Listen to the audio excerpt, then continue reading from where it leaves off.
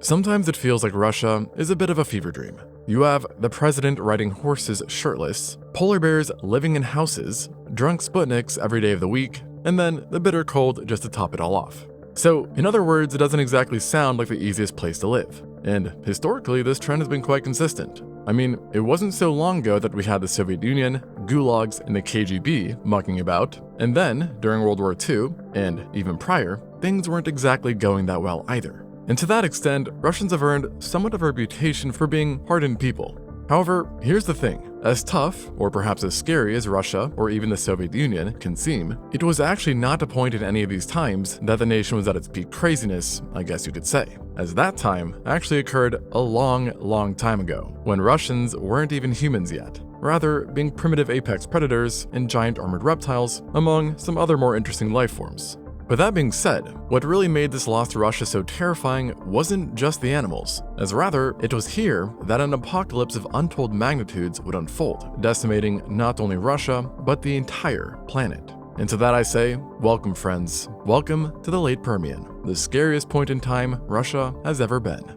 However, to be more accurate, it would be better for me to say Russia's plural instead, as during the late Permian, what would one day make up the current country was not just one landmass, but rather a couple, as you had both Siberia and then the European Russia, which was at the time ostracized from one another, pre-unification Russia, so you could say. And when I said this occurred a while back, I really meant it, seeing that the late Permian, and in this case Lopingian stage to be specific, transpired between 259 and 251 million years ago. So, long enough in the past that you could fast forward by 100 million years, and then still need to wait over 80 million years for the first T-Rex to pop up. So yeah, long time. So naturally, we were talking about a time when Russia would have looked like an alien country on a map, and a GPS or compass would have done you basically no good. And to add on to this, at the time, the prehistoric supercontinent known as Pangaea still existed, and kept much of the world smushed together. But that being said, things could still be broken down into more specific regions. As to the south, you had the subcontinent of Gondwana, which was made up of various modern continents, such as Africa, South America, Antarctica, Australia, India, and then numerous portions of Asia. And then meanwhile, the rest of the world was surprisingly quite isolated. And this isolation especially applied to Siberia, which was actually one of the most isolated spots on the entire planet. And if you were a time traveler that was suddenly dropped here, you'd essentially be stuck. And the first reason for this was due to the sea level, which was much higher during the Permian because of higher global temperatures, resulting in the formation of a small and shallow sea, which separated Siberia not only from European Russia, but also from the rest of Europe as well as North America at the time. And then, just to make matters worse from an isolation standpoint, Siberia was also cut off by the presence of a mountain range known as the Ural Mountains. And this range, which still exists by the way, not only separates the Asian side from the European side, but it also made Siberia drier than it would have been without them, and also made certain regions of the landmass vulnerable to flooding and polluted air. But with that said, you'd more or less have to get used to it, because I cannot stress enough how futile escape would have been. And this is because even if you did somehow manage to bypass the Urals and then somehow cross the entire shallow sea, you'd make it to European Russia, sure, but then almost instantly, you'd run into a far larger roadblock that would prevent you from accessing much of the world, and that would be the Central Pangaean Mountains, one of the largest mountain formations to ever exist. These guys stretched out across the entire central portion of Pangaea and had formed following the massive collision between Euramerica and Gondwana. And just on average, the mountains within this range were as tall as those found within the Himalayas today, which, mind you, contain Earth's current tallest mountains. And yet, where the Central Pangaean had the Himalayas beat hands down was likely in the length department, stretching out for a much further distance. And to get an idea of how big this range truly was, consider the fact that its remnants are not just one range, but multiple, including the Appalachians, Atlas, Bohemian Massif, and the Massif Central. So in other words, a whole lot of rock. And so, given its monumental size, and the fact that it cut the supercontinent in two, the Central Pangaean Mountains naturally had profound impacts on Permian Russia, besides just isolating it, as it created what is known as a rain shadow, and a very large one at that, which blocked monsoonal rains from the south from reaching the northern hemisphere, and thus resulting in a further increased level of aridity, which is not exactly welcome news. The Permian in general was also quite dry, and not to mention very, very hot, with much of the interior of the continent being burning deserts that stretched out farther than anything we have today. But with this all said, European Russia, and even more so Siberia, did have one edge at the time, which were their latitudes. Like today, Russia was, compared to most of the world, closer to the polar regions, which did lend a helping hand in keeping it from being blistering hot, and result in the presence of a surprising amount of temperate biomes that range from cold to warm, and were dominated by peltospermaceans such as the genus Tatarina and other related genera, followed by ginkgophytes and conifers. And then along with temperate biomes, cold deserts and semi-arid floodplains were also quite common throughout Russia. And in some ways, this would have been good news for any time travelers or life in general, as it was actually bearable, whereas in comparison, what for other countries, there would have been a fair shot that you'd instantly start baking like a potato chip or dry up like a prune if transported there. However, the bad news to this is that Russia's much more agreeable climate allowed for much more unagreeable life, which included many terrifying faces that would end you in very painful ways. And of all the prehistoric nightmares that resided here, none were as successful or as deadly as the Gorgonopsids. Superficially, I guess you could describe this group as being really strange, primitive dogs. But in truth, they were not canines, nor even mammals, rather being non-mammalian therapsids, which does imply that they are the ancestors or cousins to the ancestors of mammals. But at the time, no one would have cared about this, and neither would you if you were teleported back there. As instead the focus would be that this group had essentially built a Permian empire for themselves, and were by most accounts the most dominant apex predators for great portions of the late Permian. Yet, this empire was really only formed in two places, South Africa, and then, yes, you guessed it, Russia. As besides in these two locations, the group was actually strangely rare, and in some cases, even totally absent, likely being a byproduct of the harsh climate in the rest of the world. Yet, what the end result was, is that Russia was being run by not just one, but multiple kinds of these prehistoric beasts, including the Pravoslavlevia, Saurochthonus, Viatkogorgon, Sukogorgon, and the Noknitsa. Across the five, each shared the same general characteristics, which included 4 legs, being completely terrestrial, a semi-erect gait with a locomotory range comparable to that of a crocodilian, while then each also had proportionally long, large skulls that housed their main weapons of mass destruction. And that would be their elongated upper and sometimes lower canine teeth that are officially classified as saber teeth, which by the way makes them, and the group as a whole, the first known saber-toothed predators. Pretty cool. And armed with these bad boys, the Gorgons were able to easily take over Siberia. Although, unlike the later saber-toothed cats that are believed to have used their teeth to shank the necks of prey, Gorgons would probably have ended you in a different way. As armed with more durable, but less accurate, reptilian-like jaws and teeth, paleontologists think that these guys would have pulled a quick one on you, where in the midst of the struggle, the Gorgon would deliver a devastating bite with its supersized teeth, and then after which it would just retreat and watch you slowly wither away from shock, blood loss, and organ damage. And if somehow you manage to stay on your feet, well, then they could always deliver another bite to seal the deal. And that's almost scarier, just knowing that even if you survive the first attack, you would not be surviving that much longer, mixing a potent cocktail of hope and agony all in one. And this situation is perhaps also a perfect metaphor for our current economy, as modern financial problems pretty much work the same way, just bleeding you out over time with a delectable mix of hope and agony. But there are ways to combat this. And one is making sure you maximize the value of your money. And that's where today's sponsor, Chime, comes in. Now, Chime is a banking app that has over 1 million reviews on the App Store, with an average rating of 4.8. So, pretty dang good. And that's great and all, but what they offer is even better, which is a high-yield savings account, which earns up to 3% APY, which is, for comparison, 7 times more than the national average savings rate. Which pretty much just means that where your money sits here, it makes more money. And to kick off the new year, Chime is offering up to a $350 bonus exclusively through my link, like literal cash. And I think this is a great option if you have money just sitting around in your checkings account when it could literally be generating real returns instead. With, for example, if you had $7,000 in a regular savings account, normally that would only return about $27 in a year at the average savings rate. But with Chime, that $27 would instead be $210. And honestly, using HYSAs are criminally underrated. I know that if I had done this sooner, I would have saved significantly more. So guys, in 2026, make your money actually work for you. And like I said, get up to $350 and start earning up to 3% APY on your savings. So go to chime.com/extinctzoo or click the link in the description or scan the QR code. And make sure you go through my link for the bonus.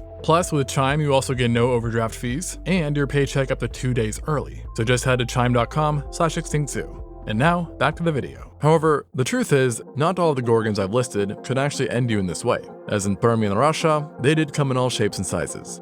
At the bottom of the totem pole, so to speak, you had the pipsqueaks of the group, which included the Viatkogorgon and Noknitsa, 2 of the smallest Gorgons yet to be discovered. And frankly, I'd even classify them as being more cute than scary. And from a distance, you might have even confused them for a small, albeit strange-looking dog, as their size was akin to that of a smaller breed, like a corgi. And actually, in the case of the Knüppe, it was even smaller than this, being a contender for the tiniest gorgon of all time, with individuals roughly being the same length as a ruler. So, not too threatening.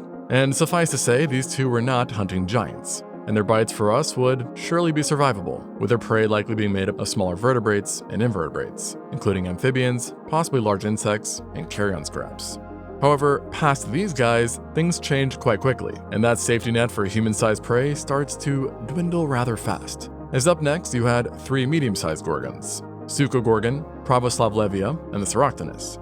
Now, these three were akin to the size of medium to large-sized dogs, with the biggest of the bunch being the Pravoslavlevia, who was about 4 foot 7 inches, or 1.4 meters in length. And by the way, it did not have a very long tail, so we are talking about almost all body, making it larger than a German Shepherd, and armed with its very sharp saber teeth. So unsurprisingly, it, along with the other medium-sized gorgons, were able to take down a far larger range of animals. And at this size, their limbs also became more important in grappling with prey, with both their hands and feet evolving extra adaptations for nimbleness and dexterity, which also means that you wouldn't just feel their teeth sink into you, but their paws firmly grasping you as well, holding you down so they could dish out maximum damage.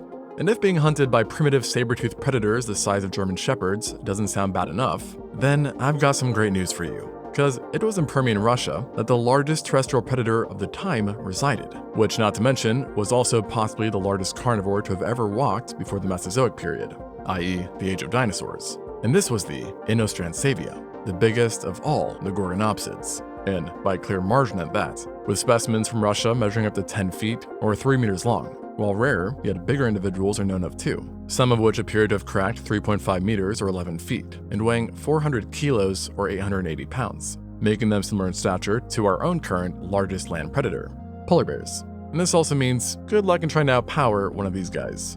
And not only was the Inostransavia big, but proportionally they had massive noggins as well. Because despite being near equal in weight to a polar bear, their skulls were about 40% larger than that of the bear, and in some cases being bigger than an entire human's torso. So one bite was literally all it took.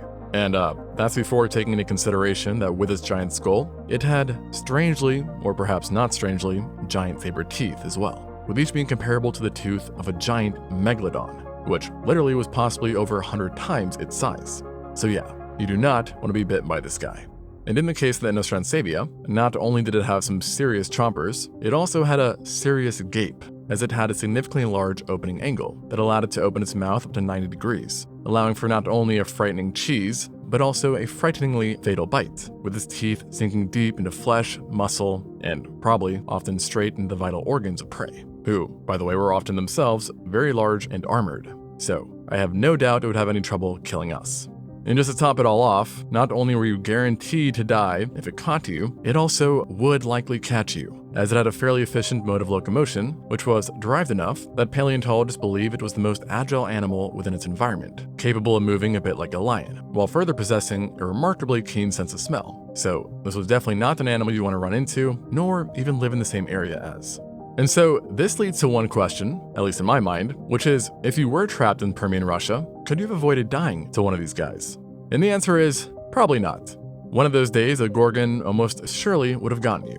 But there is one tip that could be helpful to any future time travelers, which is that, at least based on the remains of the fossils, it seems that gorgonopsids, and especially the larger ones, were highly concentrated around river ecosystems, where rich populations of diverse tetrapods were found. So I guess your best chance was to avoid all water at the same time. So yeah, good luck surviving. And just to add to your misfortunes, even if you did somehow manage to avoid this group entirely, there were certainly other problems in Permian Russia, as yet another dynasty of predators called this region home, and at the time were actually quickly picking up steam, and that would be the Therocephalians. This is again a situation where you have weird-looking animals that appear to be some sort of primitive mammals, but like the Gorgons, Therocephalians were neither mammal nor reptile, instead being again non-mammalian therapsids, who were, by the way, not that distantly related from Gorgons as well. And so with that said, it probably makes sense that the two even superficially looked quite a bit like each other, with carnivorous Therocephalians typically possessing a similar body plan and enlarged canines, albeit theirs are not considered true saber teeth. And if you're wondering why, check out my video on saber-toothed animals to find out why. Meanwhile, like the former, the Therocephalians also sported large heads, which actually led to their name, which translates to the beast heads. However, they were still distinctly different in one very key way compared to the Gorgons, which was that, being that they were younger in age, and thus less primitive, they possessed more advanced features, including an enlargement of the temporal openings, which allowed for broader jaw muscles, while their nasal cavities were constructed more advancedly too. And so, in sum, they were a lot like the Gorgons, but just less primitive. And so naturally, they did pretty well for themselves in Russia, which, just like the Gorgons, was the only spot, besides South Africa once again, that this group was abundant. And actually, they were even more diverse, with there having been dozens of genera spread between multiple clades of Therocephalians.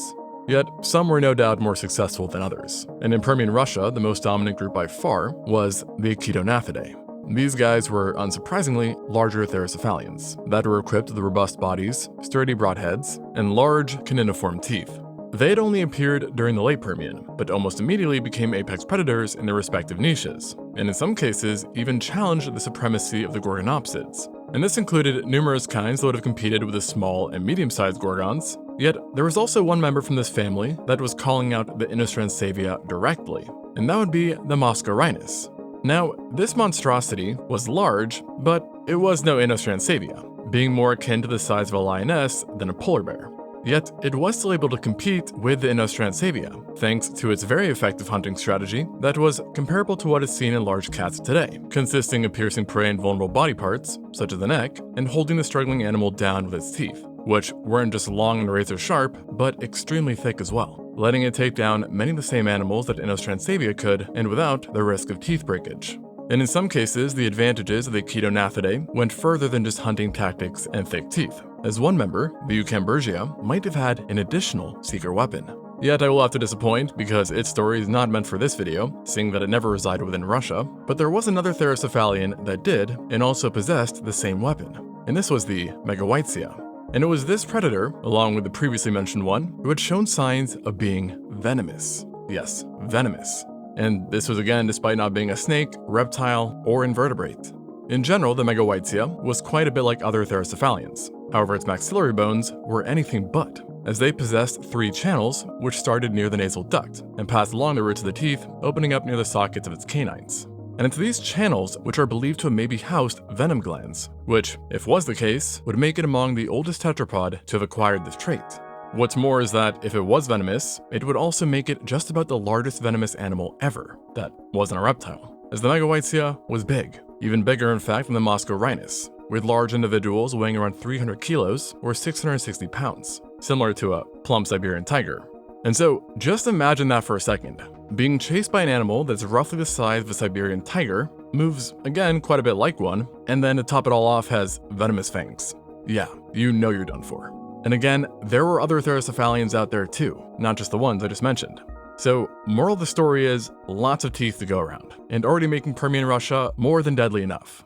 But here's the thing, we are still only halfway down the iceberg, as there were a lot more mouths to feed in Russia, including a new group of predators that would one day become one of the most abundant on the entire planet, the Proterosuchidae.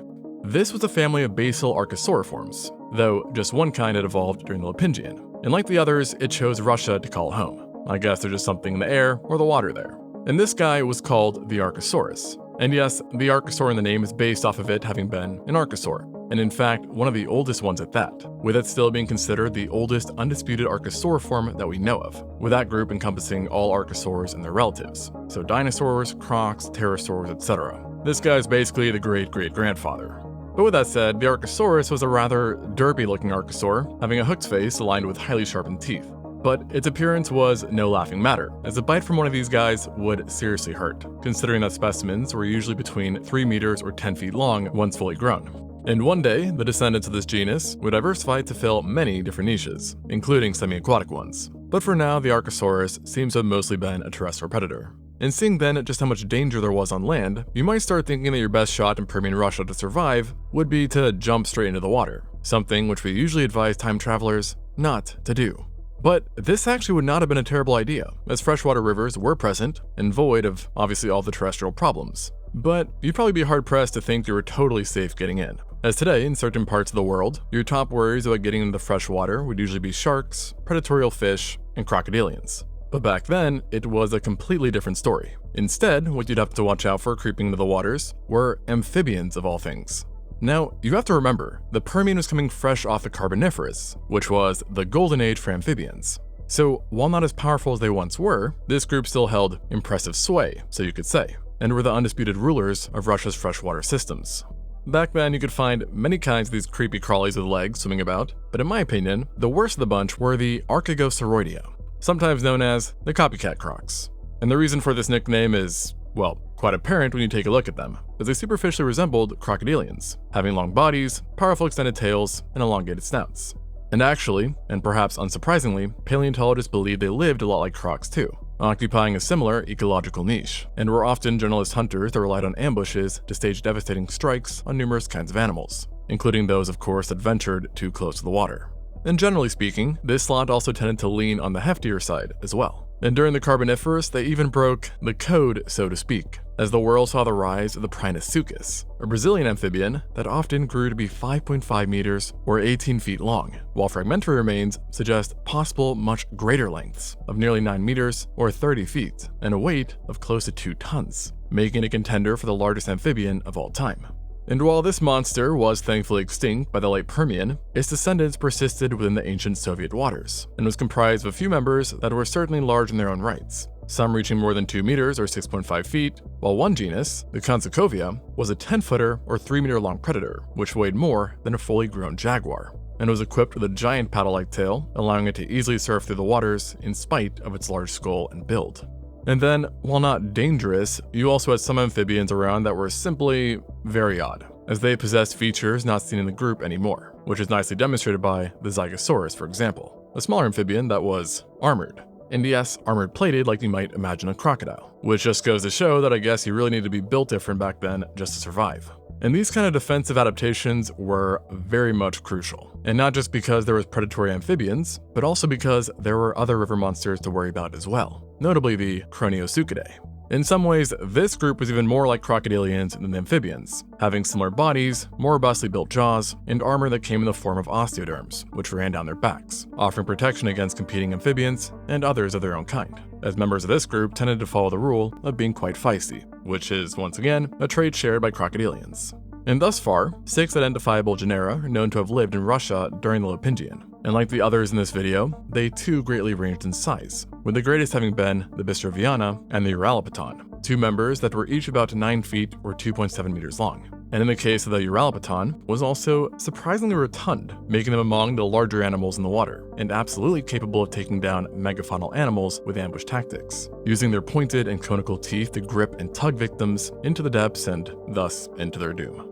On the flip side, the smaller kinds, such as the Croniosuchus and Croniosaurus, were not apex predators, but did spread some terror in the name of their family, as some studies do suggest that the little ones were more capable of terrestrial hunting along with the regular hunting in the water. So basically imagine if mini crocs somehow learned how to sprint on land and hunt effectively, while also being able to swim. So all in all, it's probably pretty clear by now just how lethal life was to, well, life in Permian Russia. And I haven't even included the animals that aren't exactly out to get you, but would still make you feel a bit uncomfortable to say the least. Like giant bugs the size of birds, such as the Meganeura, or the tough son-of-a-gun herbivores that somehow managed to thrive there, including the armored Parasaurus, who actually outsized all the predators in the lands, growing large enough to be the same size as large rhinos. Then there are also the herbivorous Dicynodons like the Lystrosaurus, the barrel-chested Caesiosauria, the toothed Gekidae, and then many others. And frankly, speaking of many others, there was also obviously a lot more carnivores on top of the ones mentioned as well. And though the unnamed groups tended to be a little bit less ferocious than those I have touched on, the point still stands. Permian Russia was one interesting and one very dangerous place, no doubt. Yet, ironically, despite how absurd and crazy the inhabitants of Permian Russia were, the true reason why this was its scariest point and the scariest place on the planet is because Permian Russia was the mother of all ticking time bombs. To be exact, it was Siberia that possessed a very dirty little secret. Although, calling this a little secret is kind of an understatement. Understatement of the eon, that is, as I am talking about the Siberian traps. You may not know this, but much of Siberia is actually made up of very ancient lava. In other words, there used to be giant volcanoes, and it was during the late Permian that it erupted in an event now known as the Great Dying. And why is it called that? Well, because this eruption essentially caused the worst extinction event in Earth's history, killing up to, 98% of all life. Yeah, so if you were stuck there in Siberia, absolutely good luck to you. and being there when the cork finally popped would have been a show like no other, as you would have witnessed the mother of all lava flows spilling out across the entire subcontinent, and in near untold quantities at that, leading to the lava in some areas piling up to be taller than any man-made structure on the planet. On top of that, fires would have raged around you, smoke would have blotted out the sky, and you, my friend, would have met one very grisly end.